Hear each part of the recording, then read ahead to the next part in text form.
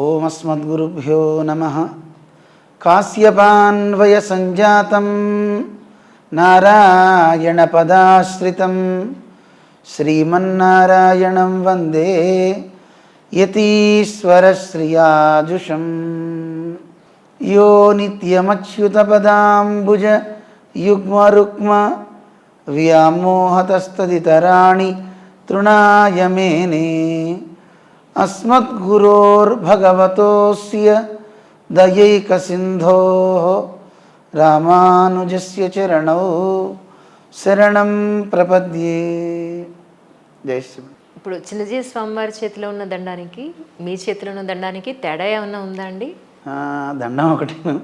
అదే ఎవరి హైట్కి తగ్గట్టుగా వారిని ఏర్పాటు చేస్తుంటారు, కానీ దండం అయితే ఒకటి త్రిదండం అనే పిలుస్తారు. అంటే ఒకటి బయటకు ఉంది, మిగతావి లోపల ఉన్నాయి. సహజంగా 3 దండాల త్రిదండం అంటాము. 3 కలిసి ఉంటాయి.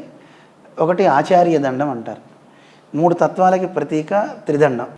ఈ త్రిదండం అంటే ఈ రహస్యం తెలియాలి అంటే తెలియచెప్పే గురువు ఒకరు కావాలి కదా. అందువల్ల గురువు ఒక దండాన్ని ఇస్తారు, అది ఆచార్య దండం అంటారు. ఎంత విజ్ఞానాన్ని మనిషి ఆర్జించినా సొంతగా ఏమీ ఆర్జించడానికి నీదేం ఉండదు, నీకంటే ఒక గురువు కావాలి. ఈ రోజుల్లో ఎవరైనా నా అంతటి నేనే అన్నీ సంపాదించాను అనుకుంటారు. అలా ఎవరూ సంపాదించలేదు కదా, ఎవరో ఒకరు బోధించాలి. కృష్ణుడంతటి వాడే సాందీపుని దగ్గర వెళ్ళి గురువు దగ్గర 64 రోజుల్లో 64 విద్యలు నేర్చుకున్నాడు, వేదాలతో సహా. అది ఎవరి వల్ల కాదు అంత నేర్చుకోవడం. అందువల్ల అంతటి వాడికి కూడా గురువు అనుగ్రహం కావాలి, గురువు ఉండాలి. అందువల్ల ఏ మనిషి అయినా తత్వాలు తెలుసుకోవాలంటే గురువు ఉండాలి కనుక ఆచార్య దండం అని ఒకటి ఇస్తారు, అది గురువు దండం అనమాట. అంటే మీరెందుకు సన్యాసాశ్రమం తీసుకున్నారు అంటే? నేను ఎందుకు తీసుకున్నాను అంటే ఒక్కొక్కరు ఒక్కో దాంట్లో ఉంటారు కదా. నేను ఎందుకు తీసుకోకూడదు అని కూడా ప్రశ్న వేసుకోవాలి. ఎందుకంటే నాకు చిన్నప్పటి నుంచి మామూలుగా నేను శివరామకృష్ణ క్షేత్రం అని విజయవాడలో తాతగారు వాళ్ళంతా ఆంజనేయ స్వామి ఆలయంలో అక్కడ ఉండేవారు. నాన్నగారు బయట ఉన్నా అక్కడ తాతగారి దగ్గర నాయనమ్మ గారి దగ్గర పెరిగాను. అప్పుడు 12వ ఏట ఖచ్చితంగా స్వామీజీ అక్కడికి వచ్చారు. వచ్చినప్పుడు వారు నాకు సమాశ్రయం ఇచ్చారు. అప్పుడే ఉపనయనమైంది. వైష్ణవుల్లో శంఖచక్రాలు తీసుకోవడం అనేది ఉంటుంది. ఆ శంఖచక్రాలు తీసుకున్నప్పుడు వారిని చూశాను. నాకు ఎందుకో తెలియదు, సహజంగా పిల్లలు ఎవరైనా గురువు ఎలా ఉంటారు అంటే వాళ్ళకి నచ్చిన వారిని చూస్తే ఇమిటేట్ చేస్తుంటారు కదా. ఇంట్లో అలాగే రాళ్ళు పెట్టుకుని పూజ చేస్తూ నేను మడి అంటాం కదా, అలాగే నేను కూడా కర్ర పట్టుకుని నేను స్వామీజీని అని అలా ఒక అనుకరణ చేశాను. అది అనుకోకుండా బాగా పడిపోయింది. వారిని చూసిన తర్వాత వారు చేసే ధార్మిక కార్యక్రమాలు కావచ్చు. ఇంకోటి ఏంటంటే గురువుగారిలో ఒక ఆకర్షణ ఉంటుంది. మిగతా స్వాములు కూడా గొప్పగానే ఉంటారు, కాదని కాదు, కానీ వారు పిల్లలతో ఎంత పెద్దవారైనా చిన్న పిల్లలతో కలవడం అనేది వారి దగ్గర చూసి నేర్చుకోవాలనిపిస్తుంది. మమ్మల్ని ప్రోత్సహించారు స్వామీజీ. ఇంకోటి ఏంటంటే చిన్నపిల్లలకి సహజంగా ఎవరైనా బహుమతి ఇస్తే ఆనందపడతారు. వారు మా ఆలయానికి వచ్చినప్పుడు మా తాతగారితో నేను గొడవ పడ్డా, నేను హారతి ఇస్తాను.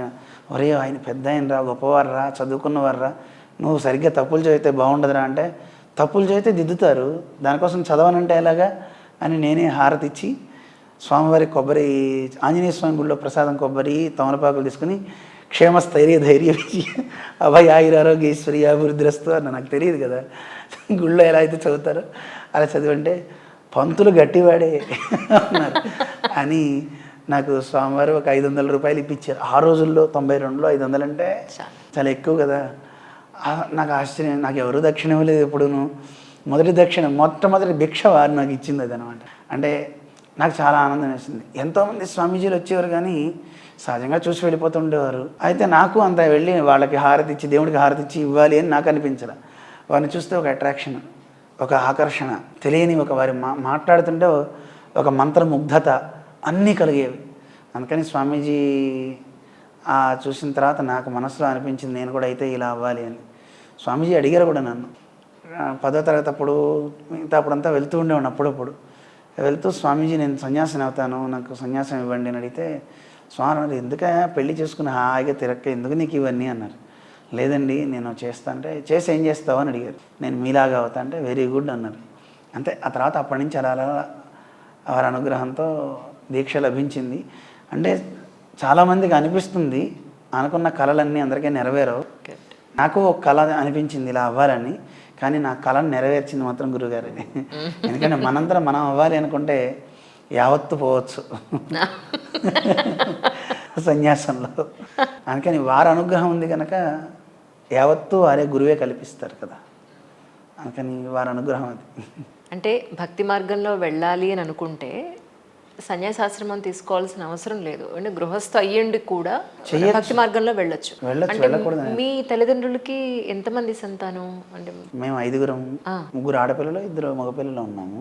అంటే పూర్వాశ్రమం స్మరించొద్దు, సరే అడిగారు కనుక. అవునండి అవునండి. 2 ఉన్నాం కనుక స్వామీజీ అప్పుడు ఇంటికి వచ్చినప్పుడు కూడా మా ఇంటి దగ్గరికి వచ్చారు ఒక ఆలయానికి.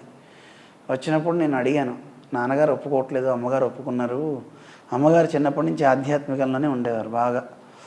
వారు నిత్యం భగవద్గీత ఆరాధన చేస్తూనే అన్నం ఉండేవారు. నేను అనుకుంటుంటాం వారి ఆ వంట మహిమే అలా ఒక రకమైన భక్తి అవి రావడానికి కారణమేమో అనిపిస్తుంది. ఎంత భక్తి అనేది నాకు తెలియదు, కానీ మొత్తానికైతే కాస్త దేవుడు మంచి మార్గంలో వెళ్ళాలి ఇలాంటివన్నీ రావడానికి కారకమైతే అమ్మ చేతి వంట. ఆవిడ నిత్యం భగవంతుని నివేదన పెట్టకుండా ఎప్పుడు పెట్టేవారు కాదు. ఆవిడకి వచ్చిన స్తోత్రాలు పారాయణలు చేస్తూ వండుకునేవారు. అందుకని 5గురం ఉన్నాం కదా. ఒకసారి స్వామీజీకి చెప్పాను, అప్పుడు నేను వచ్చి మాట్లాడతాను, ఎక్కడ మీ ఇల్లు అన్నారు. అప్పుడే శంకుస్థాపన అయింది, ఇల్లు కట్టుతున్నారు అనమాట.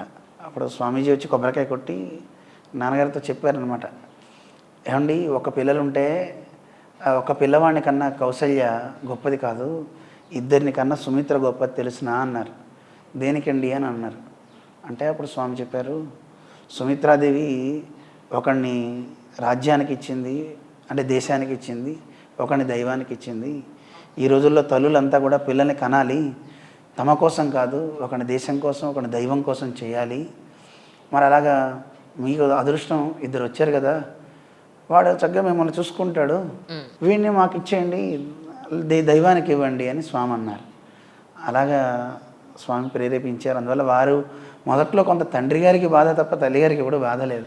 తల్లికి ఎప్పుడు మొదటి నుంచి ఆధ్యాత్మికం అంటే ఇష్టం. స్వామీజీ కూడా వారి గురువుగారే, అమ్మగారికి గురువుగారు. అందుకని వారు ఏం చెప్తే అది వారు చేస్తారు. కానీ అప్పుడు మీరు కాబట్టి మాట విన్నారు. ఇప్పుడు పిల్లలకి ఇదే చెప్పామనుకోండి, నువ్వు చెబితే నేను ఎందుకు చేయాలి, నాకంటూ కొన్ని కోరికలు ఉంటాయి కదా అని అంటారు. అంటే ఇంకొక మాట చెప్తానండి, పిల్లలకి మీద రుద్దకూడదు. పిల్లల అభిప్రాయం ఏదో తెలుసుకొని అది మంచిదైతే కనుక ప్రోత్సహించగలిగితే మంచిది కదా. కరెక్ట్. పిల్లల మీద మనం నువ్వు ఇలా ఉండు, దండం పెట్టు, ఇలా పూజ చేయని చెప్పే కంటే వాడు తెలుసుకొని చేస్తే మంచిది కదా. స్వామీజీ ఏ రోజు బలవంతం చేయరు, ఎప్పుడు చెప్పరు కూడా. మనందరం మనం చూసి నేర్చుకోవాలి అనేదే చేస్తుంటారు ఎక్కువ. నిజం.